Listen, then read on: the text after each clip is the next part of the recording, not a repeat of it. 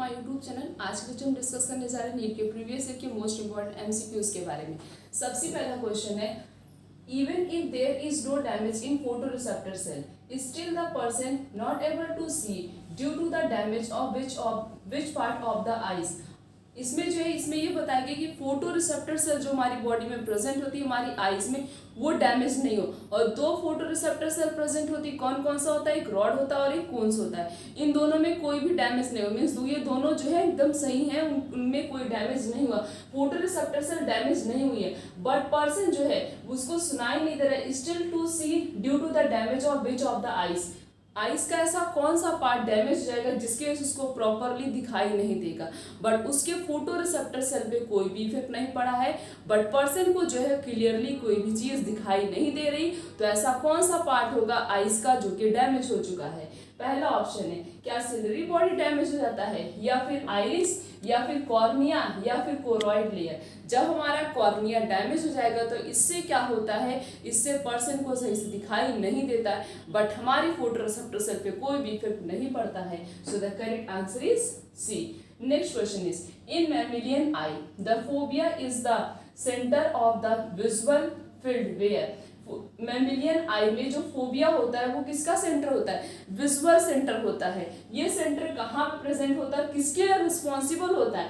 पहला ऑप्शन है, क्या इसके पास ज्यादा रॉड्स प्रेजेंट होते हैं कोन्स के कंपैरिजन में, या फिर high density of the cones occur but has no rod, या इसके पास कोन्स की डेंसिटी ज्यादा होती मीन्स उसके पास कोन्स ज्यादा प्रेजेंट होता है as compare to rod.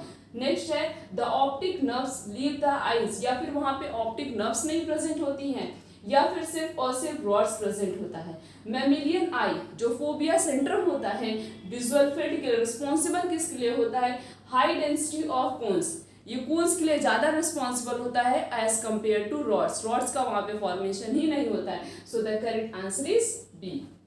The next question is, removal of proximal tubule from the nephron will result of. अगर पीसीटी को रिमूव कर दिया जाएगा तब क्या होगा? पहला ऑप्शन है, मोर कंसंट्रेटेड यूरिन, क्या यूरिन ज्यादा कंसंट्रेटेड प्रोड्यूस होगा, या फिर no change in the quality and quantity of urine, या फिर यूरिन की क्वालिटी और क्वांटिटी पे कोई भी इफेक्ट नहीं पड़ेगा, या फिर नो यूरिन फॉर्मेशन, या फिर यूरिन का फॉर्मेशन ही नहीं होगा, या फिर जो है ज्यादा डाइल्यूटेड यूरिन प्रोड्यूस होगा। इसमें यह बताया गया है कि पूछा गया है अगर पीसीटी को प्रॉक्सिमल कॉन्वोल्यूटेड ट्यूब्यूल को बॉडी से रिमूव कर दिया जाए तो किस पे इफेक्ट करेगा। उस कंडीशन में अगर पीसीटी को रिमूव कर दिया जाएगा तब उस कंडीशन में क्या होगा? मोर डाइल्यूटेड यूरिन सिक्रीट होगा। यूरिन कैसा सिक्रीट होगा? ज्यादा ही डाइल्यूट सिक्रीट होगा। So the correct answer is D. Next question is, which is not correctly matched. इन चार में से ऐसा कौन सा है जो प्रॉपरली अपने फंक्शन के अकॉर्डिंग मैच नहीं कर रहा है? पहला ऑप्शन है हेनली लूप। हेनली लूप का काम क्या होता है? कंसंट्रेशन ऑफ यूरिन, यूरिन को क्या करता है? मोर कंसंट्रेटेड बनाता है। उसके बाद रोमन कैप्सूल का काम क्या होता है? रोमन कैप्सूल जो है वो ग्लोमेरुलर फिल्ट्रेशन में हेल्प करता है। कलेक्टिंग डक्ट क्या करता है? ये इंटेस्टिशियल ऑस्मोलैरिटी को क्या करता है? मेंटेन करता है। बट जो डीसीटी हमारी बॉडी में प्रेजेंट होता है ये ग्लूकोज और अमाइनो एसिड के एब्जॉर्प्शन में हेल्प नहीं करता है। तो यही फंक्शन डीसीटी का फंक्शन यहाँ पे क्या है?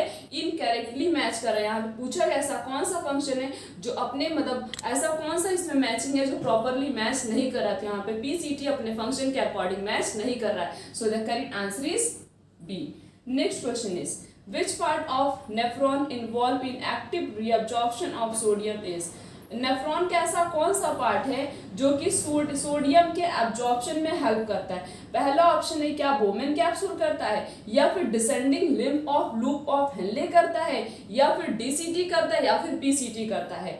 ये सोडियम जो है एक्टिव ट्रांसपोर्ट की हेल्प से एब्जॉर्ब होता है, मींस उसको एब्जॉर्ब करने के लिए एनर्जी की जरूरत पड़ती है, और उसके एब्जॉर्प्शन में हेल्प कौन करता है?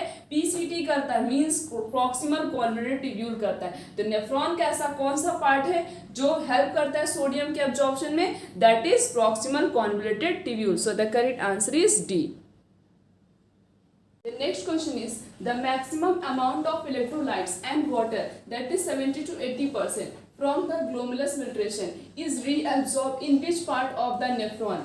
नेफ्रॉन का ऐसा कौन सा पार्ट है जहां पे सबसे ज्यादा एब्जॉर्प्शन होता है, किसका किसका, इलेक्ट्रोलाइट्स का भी होता हो और वाटर का भी होता है। वाटर कितना परसेंट एब्जॉर्ब होता हो, 70 से 80% वाटर और इलेक्ट्रोलाइट्स का एब्जॉर्प्शन होता है। From the glomerular filtration it reabsorb in which part of the nephron, nephron के कौन से पार्ट में एब्जॉर्प्शन होता है।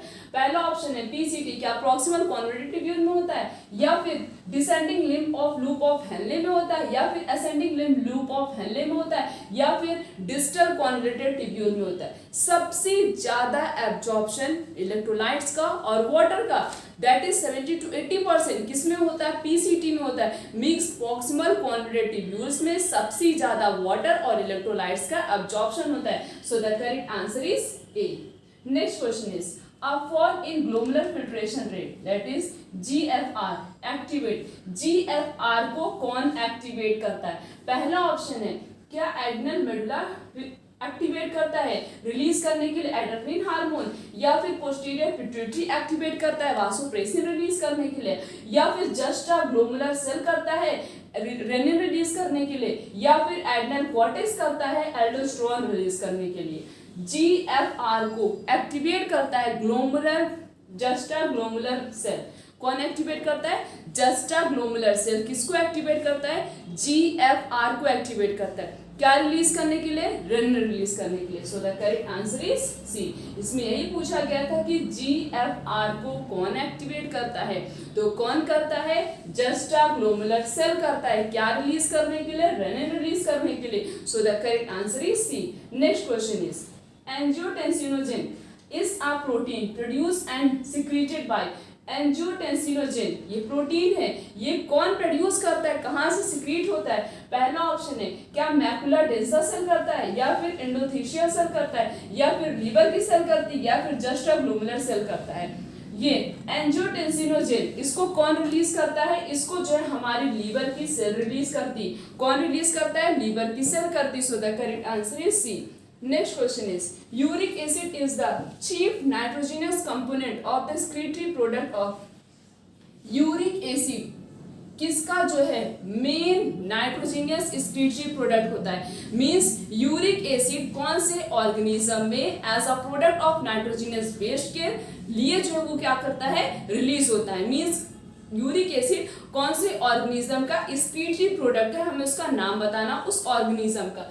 क्या फ्रॉग का होता है, या फिर मैन का होता है, या फिर अर्थवॉर्म का होता है, या फिर कॉकरोच का होता है। कॉकरोच कैसे होते हैं, यूरिकोटेलिक होते हैं। मींस क्या रिलीज करते हैं, uric acid as a nitrogenous waste. So the correct answer is D.